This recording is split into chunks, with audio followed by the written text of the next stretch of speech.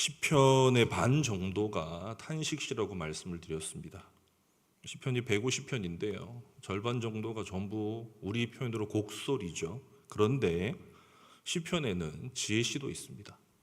잠언만 있는 것이 아니라 시편 안에도 지혜시가 있어요. 한 15개 정도 보통 되는데 그 중에 대표적인 게 너무 잘 압니다. 시편 1편. 복 있는 사람은 율법을 주야로 묵상하는 거죠. 그리고 19편입니다. 율법 찬양시고, 그리고 유명한 119편이 있습니다. 이 세 개의 지혜시를 한마디로 말하면 하나님의 율법, 곧 모세 오경인 토라를 찬양하는 것입니다. 우리는 구원 그러면 은혜만을 떠오르잖아요. 그러다 보니까 율법을 찬양한다 그러면 굉장히 낯선 경우가 많습니다. 그런데 종교개혁자 칼빈은 시편의 정수가 뭐냐, 시편이 바라보는 궁극적인 성취가 뭐냐, 시편 119편이라고 말했습니다. 그래서 시편 119편만을 따로 떼가지고 6개월 동안 22번의 설교를 했습니다. 엄청나게 중요시 여겼고, 우리 신앙의 선조들 또한 시편 119편을 가정예배 모범으로도 사용하기도 했죠. 다시 말하면 죄인을 구원하신 궁극적인 목표가 무엇입니까? 시편 119편이라는 말입니다. 핵심적인 구절이 두 개가 있는데 우리 한 구절만 한번 읽어볼까요? 시편 119편 71절 말씀 우리 다 함께 읽어보겠습니다. 고난 당한 것이 내게 유익이라 이로 말미암아 내가 주의 율례들을 배우게 되었나이다. 이스라엘에서 고난 제일 많이 당한 왕이 누굽니까? 다윗이잖아요. 억울한 일 당한 걸로 따지면 다윗만큼 억울한 사람이 어디 있습니까? 그런데 다윗은 지금 뭐라고 고백하죠? 그 고난들을 통해서 내가 뭐를 배웠다고요? 하나님의 율례를 배우게 되었답니다. 시편 119편 읽어보면 내가 율법을 즐거이 지키겠다고 말하죠. 더 나아가서 다윗은 이렇게 고백합니다. 시편 119편 131절인데요. 내가 주의 계명들을 사모함으로 내 입을 열고 헐떡이나이다. 너무 율법을 보니까 좋아서 심장이 벌렁벌렁 거립니다. 놀랍죠? 우리는 율법 그러면 의무, 부담, 특히 요즘 현대의 이런 좀 얄팍한 신앙관으로 흐르고 있는 우리 현대인들에게 있어서는 율법 그러면 뭔가 부담스러운 걸로만 다가오잖아요. 도대체 그런데 이 구약에 있는 우리 믿음의 조상들은 왜 이러는 겁니까? 율법은요, 단순한 규범이나 울타리 정도가 아닌 겁니다. 율법은 고난 속에서 신자를 붙들어주는 생명의 말씀이고 하나님의 거룩하심에 우리를 참여시켜 주는 거거든요. 우리가 말하는 율법을 지키는 목적은 단순히 율법 조문을 바리새인처럼 지키는 데 있는 것이 아닙니다. 율법 지킴을 통해서 우리는 하나님을 닮아가죠. 거룩하신 하나님께 우리의 삶을 드립니다. 하나님을 사랑하는 것과 그분의 말씀을 사모하는 것은 성경에서는 분리가 되지 않는 것이죠. 시편 119편의 이 시인의 고백이 우리가 살피고 있는 룻기에 나와 있는 이 이름 없는 믿음의 조상들의 삶과 똑같이 맞아떨어집니다. 정말 시편 119편은 나오미와 룻과 보아스를 위해서 쓴 말씀인 것 같다는 생각도 들 정도예요. 여러분, 나오미가 상실감에서 어떻게 벗어났습니까? 2장에서 우연히 그리고 때마침 하나님께서 그렇게 우연을 가장하여 적절하게 나타나심으로 어떻게 됐죠? 보아스를 예비하시는 하나님의 섬세한 손길을 통해서 나오미는 상실감에서 일어나게 됐습니다. 그것이 나오미의 어두워져 있던 영혼, 잠들어 있던 영혼을 일깨웠죠. 그런데 우연히 그리고 때마침 하나님의 섬세한 손길을 경험한 나오미는 거기서 끝나는 게 아닙니다. 하나님 계속 우연히 때마침 해주세요 라고만 구하지 않아요. 어떻게 변화됩니까? 룻기 2장 20절 우리 다 함께 읽어보겠습니다. 나오미가 또 그에게 이르되 그 사람은 우리와 가까우니 우리 기업을 물을 자 중에 하나이니라 하니라. 뭐가 떠올랐습니까? 나오미 머리에서 보아스 이름을 들으니까 율법의 말씀이 떠올랐죠. 여러분, 이스라엘 백성은요, 언약의 말씀을 듣고 끝나는 것이 아니라 그것을 지키기도 하고 나아가서 후대에 전해주는 역할까지를 감당하는 특별한 민족이었습니다. 율법을 통해서 하나님의 통치를 받는 민족이었죠. 레위기 25장에 보면 이 기업 무르를 자 규례에 대한 게 기록되어 있습니다. 레위기 25장은요 굉장히 위대한 장입니다. 희년에 대한 규례거든요. 그럼 희년은 놀라운 겁니다. 요즘에 정치적으로 급진적인 분들은 희년의 경제학, 성경적 토지 모임, 그래서 아주 급진적인 얘기도 할 정도로 지금으로부터 3,500년 전에 이런 일이 있을 수 있나라고 할 정도로 놀라운 경제관념을 보여주는 게 레위기 25장인데, 이 내용 안에 보면 뭐가 있죠? 언약 백성들이 분배받은 땅을 혹여라도 잃어버리거나 그렇게 되었을 때 그 땅을 값을 다시 지불해주고 되찾아주는 제도, 다시 말하면 값을 치르고 구속해주는 제도, 요즘 말로 말하면 환매해주는 제도, 누가? 친족이, 고해일 제도가 있습니다. 우리 레위기 25장 25절 말씀 함께 읽어보겠습니다. 만일 내 형제가 가난하여 그의 기업 중에서 얼마를 팔았으면 그에게 가까운 기업 물을 자가 와서 그의 형제가 판 것을 물을 것이요. 땅만 되찾아주는 게 아니라 뭐도 있습니까? 뒤에 넘어가면 종된 자를 해방도 시켜줍니다. 이스라엘에는 뭐가 있으면 안 됩니까? 신분상 노예가 있으면 안 되거든요. 남의 집에서 일하는 품꾼이 있는 건 가능한데 너는 신분적으로 노예야. 지금으로부터 몇 년 전이요? 3,500년 전에. 영국과 미국에서 노예 해방이 있기도 전에 이스라엘에서는 이 규례가 시행이 됐습니다. 왕이라도 백성을 뭐하면? 노예 삼으면, 왕이라도 백성의 땅을 함부로 갈취하면 뭐예요? 죄입니다. 죄. 사울이 그랬잖아요. 아합이 그랬지 않습니까?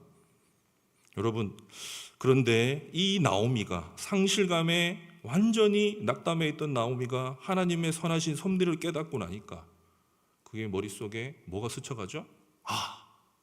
하나님이 기업을 잃어버린 자, 땅을 잃어버린 자를 위하여 뭐 했다고요? 우리 조상들에게 준 율법의 말씀이 있구나. 말씀이 기억이 난 겁니다. 우상 숭배에 쩔어 있던 기드온처럼 하늘로부터 표적 달라고 아우성치지 않습니다. 어떻게 행동해야 될지 하나님 환상 보여주세요. 내가 어떻게 판단할지 즉각적으로 음성 들려주세요 라고 말하지도 않았어요. 뭐라고요?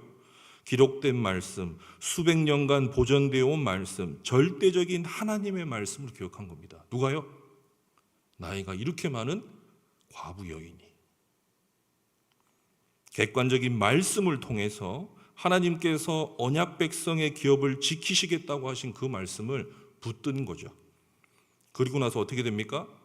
그 말씀을 붙들고 적극적으로 행동합니다. 담대하게 행동을 했어요. 나오미와 룻은 단순히 앉아서 하나님의 도우심만을 기다린 게 아닙니다. 하늘로부터 기적 나타나라고 바라만 본 게 아니에요. 주어진 율법의 말씀 안에서 하나님께서 가르쳐준 그 생명의 길 안에서 고해일 제도, 기업을 되찾을 수 있는 그 제도 안에서 할 수 있는 최선의 노력을 다합니다. 3장 4절에서 5절 말씀 우리 함께 읽어보겠습니다.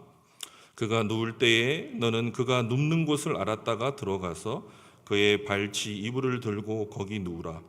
그가 내 할 일을 내게 알게 하리니 룻이 시어머니에게 이르되 어머니의 말씀대로 내가 다 행하리라 하니라. 여러분, 룻기 읽을 때 놀라는 게 많잖아요. 여러분, 구약 성경은 그런 게 꽤 많습니다. 현대인들의 문화로는 이해하기가 힘든 게 많아요. 오늘 본문도 그렇습니다. 아니, 젊은 과부가, 미망인이 나이가 지긋이 있는 동네에서 돈이 많고 권세가 많은 남자의 텐트 안으로 들어가서 지금 뭐 하라고요? 이불 발치 쪽을 들어서 거기에 슬그머니 누우랍니다. 우리 옛날 동양 문화를 생각하면 이거는 굉장히 뭐한 거죠? 위험천만한 행동이지 않습니까? 너무 무모해 보이는 것 같아요. 혹여라도 이것은 여러분, 우리 현대인들의 기준에서는 한편으로 보면 비도덕적 행위인 것 같지 않습니까? 그런데 여러분, 그렇지 않습니다. 성경 말씀을 근거로 해보면 이것은요, 고해일 제도라는 것을 붙들고 자신들이 할 수 있는 담대한 행동을 말씀에 따라 하는 거예요. 예를 들면 나오미라는 건요, 혹여라도 일이 잘못돼서 오해를 받으면 어떻게 됩니까? 나오미와 룻은 동네에서 오해를 받고 쫓겨나고 괄시를 당할 것입니다.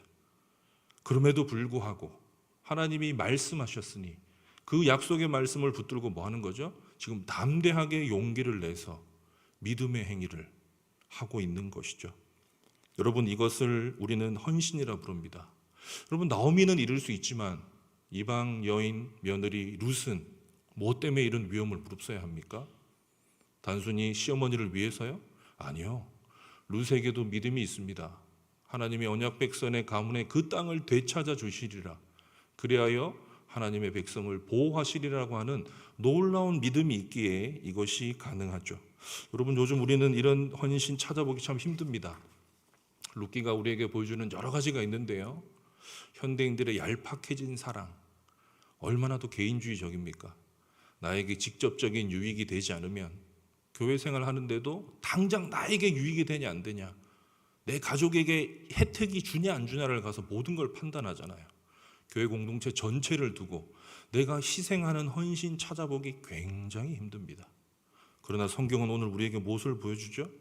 하나님께서 원하시는 사랑은 그런 게 아니라는 것을 우리에게 보여주고 있습니다. 여러분, 룻은요, 어머니의 말씀 그대로 순종합니다. 추수가 끝났습니다. 보아스가 기쁜 마음이 즐거워져서 먹고 마시고, 정말 밤에 뭐하고 있습니까? 텐트에서 꿀잠을 자고 있습니다. 보아스의 텐트로 살며시 들어가서 그의 발치에 이불을 들고 거기에 눕습니다. 얼마나 대범한 행동이었는지 보아스가 인기척을 느끼고는 화들짝 놀랍니다. 8절에 보면 그렇게 돼 있어요. 우리가 성경의 배경을 모르고 보면, 특히 구약시대에 이 율법의 말씀에 무지한 현대인들, 거기다가 구약 성경을 잘 모르는 우리 신앙인들조차도 이것을 보면 불쾌감을 느낄 수 있죠. 그러나 혹여라도 나오미가 룻을 통해서 부도덕한 방법으로 돈 많은 남자를 통해서 뭐합니까? 재산을 이득을 얻으려는 것 아닌가? 아니요. 이것은 성경적인 배경에서 보면요, 굉장히 용기 있는 결단입니다. 한번 살펴볼까요? 3장 9절 말씀 우리 다 함께 읽어보겠습니다. 이르되 내가 누구냐 하니 대답하되 나는 당신의 여종 룻이오니 당신의 옷자락을 펴 당신의 여종을 덮으소서.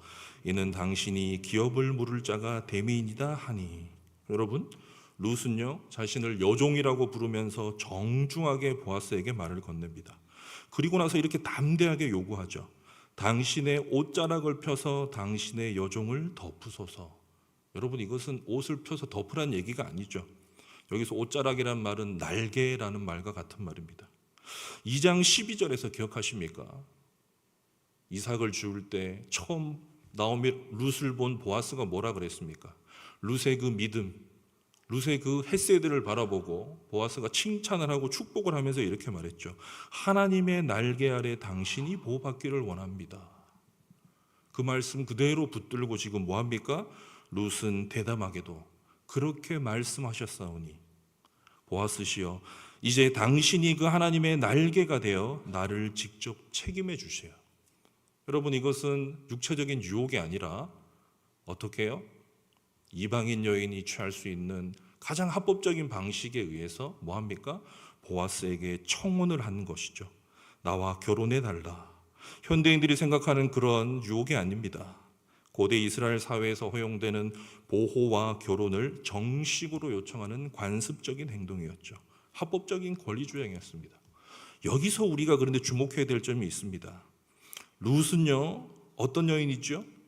이방 여인이었습니다. 그것도 모압 땅 여인이었어요. 그런데 룻은 지금 무엇을 요청합니까? 단지 보아스의 선한 양심에, 당신은 너거로운 사람이니, 당신은 돈이 많으니, 당신은 여유가 있으니 나를 좀 구제해달라고 그렇게 비굴하게 요청하는 것이 아니에요. 그녀는 철저하게 레위기 25장에 기록된 희년제도 안에 있는 그 고엘 제도를 근거해서 당신은 우리 가문의 기업을, 땅을 되사서 회복시켜 주어야 하는 고엘의 자격을 갖춘 사람입니다. 율법의 말씀을 근거로 지금 요청하고 있기 때문입니다. 용기 있는 믿음의 행위이죠. 여러분, 모압 여인에 있던 룻은요 성인이 되어서야 유일신 여호와 하나님을 만난 신앙인이었습니다. 모태신앙이 아니었어요. 그녀가 요단강을 건넌 것이 단지 기복적인 신앙, 맹목적인 신앙이 아니었음을 우리는 확인할 수 있습니다. 룻의 신앙은요 구약의 율법의 말씀, 모세오경에 충실하게 기반하고 있는 말씀 신앙이었던 것이죠. 여러분, 태어날 때부터 할례를 받고 스스로를 언약 백성이라고 여겼던 사사시대 이스라엘 백성들의 무지함과 얼마나 비교됩니까? 나면서 그냥 종교 행위에 찌들어서 하나님이 벌 주시면 회개하고 용서해 주세요, 살려주세요. 하나님이 또 은혜 내려주면 다시 돌아가서 죄 짓고, 또 하나님이 벌 주시면 찾아와서 하나님 용서해 주세요, 회개합니다. 또 하나님이 은혜를 주면 할렐루야 그러고 또 가서 죄 짓고, 끊임없이 미숙한 어린 신앙만을 반복하고 있던 그들에 비해서 얼마나 놀랍습니까? 여러분, 생각을 해보세요. 젊은 여인이었습니다. 아마도 굉장히 아리따웠던 것 같아요. 그런데 만약에 이렇게 텐트에 가서 주장을 하다가 혹여라도 헛소문이 나면 룻이 보아스를 유혹했다, 동네에서 어떻게 되겠습니까? 돌맞죠. 수치와 불명예를 뒤집어 써서라도 못하겠다고요? 하나님께서 레위기에 말씀하신 그 고엘 제도를 통하여 우리 집안의 기업을 되찾겠다라고 하는 이 놀라운 헌신, 여러분, 이것이 바로 헤세드죠. 놀라운 것은요, 보아스도 여러분 이 헤세드에 헤세드로 반응합니다. 3장 10절 말씀 보겠습니다. 다 같이 읽겠습니다. 그가 이르되 내 딸아, 여호와께서 내게 복 주시기를 원하노라. 내가 가난하건 부하건 젊은 자를 따르지 아니하였으니 내가 베푼 인애가 처음보다 나중이 더하도다. 그리고 이제 내 딸아, 두려워하지 말라. 내가 내 말대로 내게 다 행하리라. 내가 현숙한 여자인 줄을 나의 성읍 백성이 다 아느니라. 어디 젊은 게 와가지고 단죄하지 않습니다. 뭐라고요? 이 룻의 행동에서 무엇을 바라보고 있습니까?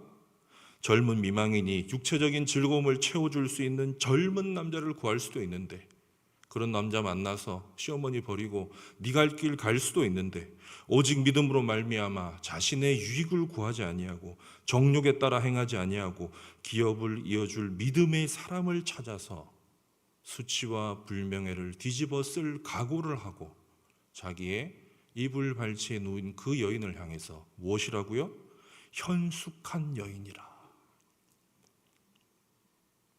3장 10절에서는 이렇게 말합니다. 룻이여, 네가 처음 베푼 인애보다 지금 너의 인애가 더 크다. 처음의 인애가 무엇입니까? 시어머니 나오미를 따라서 요단강을 건너고 그 시어머니를 복량하던 그의 헤세드입니다. 그런데 이제는 뭐죠? 더 큰 헤세드, 수치와 불명예를 감수하고서도 율법의 말씀을 따라서 행한 너의 행위가 뭐라고요? 놀라운 헤세드다. 너의 인애에 내가 뭐 했다고요? 감복했다고 말하는 것입니다. 여러분, 성경이 말하는 사랑이 무엇이죠? 얄팍한 감정이 아닙니다. 요즘 세대 너무나 감정에 휘둘리죠. 자기들은 자유롭다고 말하고 인간으로서 누릴 걸 다 누린다고 말하나, 얄팍한 감정에 휘둘리는 현대 세대가 어떻습니까? 과연 사랑의 관계를 잘 유지하고 삽니까? 사랑에 휘청휘청 되면서 사랑에 노예되어 살아가는 게 현실 아닙니까? 여러분, 성경이 말하는 헤세드는 뭐죠? 충성스러운 책임감에 비교한 이타적인 사랑인 것이죠. 여러분, 보아스의 위대한 헤세드를 우리가 한 번 더 살펴볼 수 있습니다. 3장 14절 말씀 다 함께 읽겠습니다. 내게 이행하기를 기뻐하지 아니하면 여호와께서 살아계심을 두고 맹세하노니 내가 기업 물을 자의 책임을 내게 이행하리라. 아침까지 누워 있을지라 하는지라. 아멘. 보아스가요, 젊은 여인을 보고 순간 욕심이 들 수도 있잖아요. 첩으로 취할 수도 있지 않겠습니까? 보아스가 그렇게 하지 않습니다. 사랑의 눈이 멀어, 정욕의 눈이 멀어 절차를 무시하지 않아요. 그는 이스라엘의 고엘의 법적 절차를 누구보다 존중하고 철저히 그 말씀을 따라 행합니다. 어떻게 한다고요? 만약 나보다 더 가까운 친족이 있다는 사실을 알려주고 그가 기업 물으겠다는 것을 거절하면 내가 그제서야 그 기업을 물러주겠다. 보아스의 행위는 여인을 취하고자 하는 정욕이 아닌 것이죠. 그 여인의 외모와 그 여인의 그 모든 것들을 보고 느껴온 그런 육적인 사랑이 아니었습니다. 이것은 율법의 말씀에 따라서 하나님의 백성 간에 이루어지는 언약적 책임을 다하는 헤세드였기 때문이죠. 그리고 그는 여호와의 사심을 가리켜 맹세합니다. 여러분, 고엘이라는 제도는요, 자기에게 도움이 되지 않습니다. 우리가 나중에 4장에서 밝히겠지만 그 재산을 자기가 갖는 게 아니거든요. 결국 자시가 값을 다 치러줘야 됩니다. 자신이 손해보는 장사를 해야 되는 것이죠. 그러나 보아스는 자신 또한 하나님의 말씀을 따라서 뭐하죠? 헌신합니다. 우리는 여기서 놀라운 것을 봅니다. 하나님의 헤세드가 무엇일까? 보아스의 이 행동과 나오미의 행동, 특별히 우리는 보아스의 행동을 통해서 그 사사시대, 율법이 모두 무너진 그 시대에 우리는 정말 놀라운 순종의 미학을 보죠. 마태복음 5장 20절 우리 다 함께 읽어보겠습니다.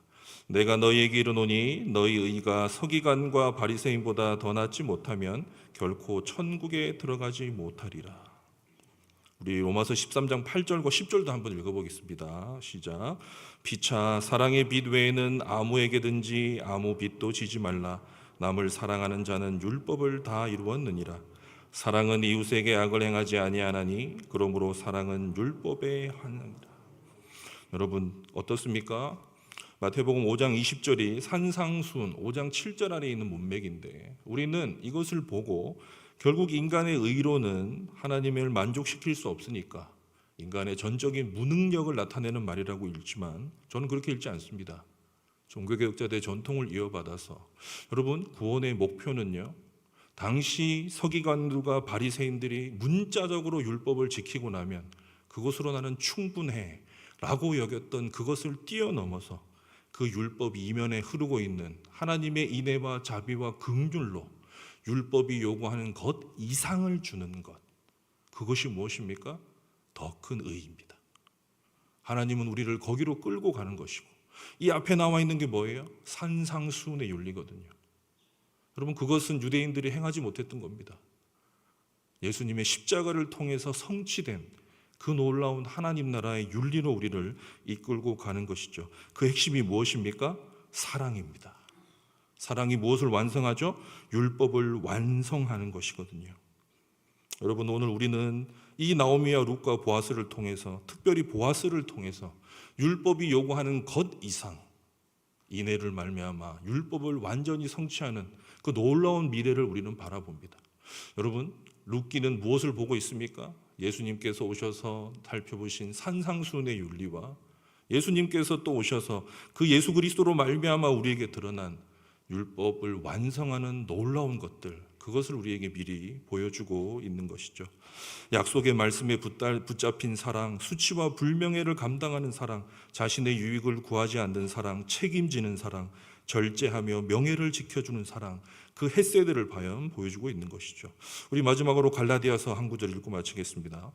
갈라디아서 5장 22절 말씀 23절입니다. 오직 성령의 열매는 사랑과 희락과 화평과 오래 참음과 자비와 양성과 충성과 온유와 절제니 이 같은 것을 금지할 법이 없느니라. 이 사랑을 사도 바울은 갈라디아서 5장에서 이렇게 펼쳐 보여주었습니다. 사랑을 확 펼치면 어떻게 돼요? 성령의 열매로 확 드러나는 겁니다. 룻기를 묵상해 보시면 참 유익이 큽니다.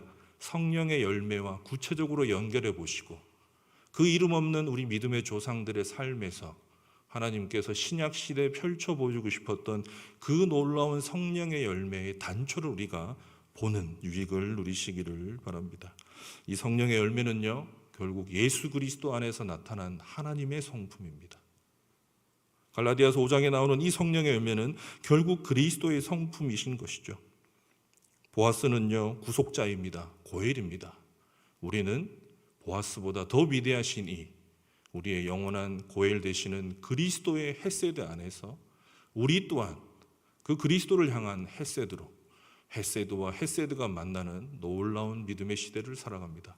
사랑하는 성도 여러분, 죄와 은혜를 되풀이하는 것을 넘어서 하나님의 말씀을 사모하고 하나님의 말씀을 감사함으로 지키고 그로 말미암아 온 교회가 말씀 지킴으로 즐거워하는 놀라운 은혜와 기쁨을 누리시기를 소원합니다.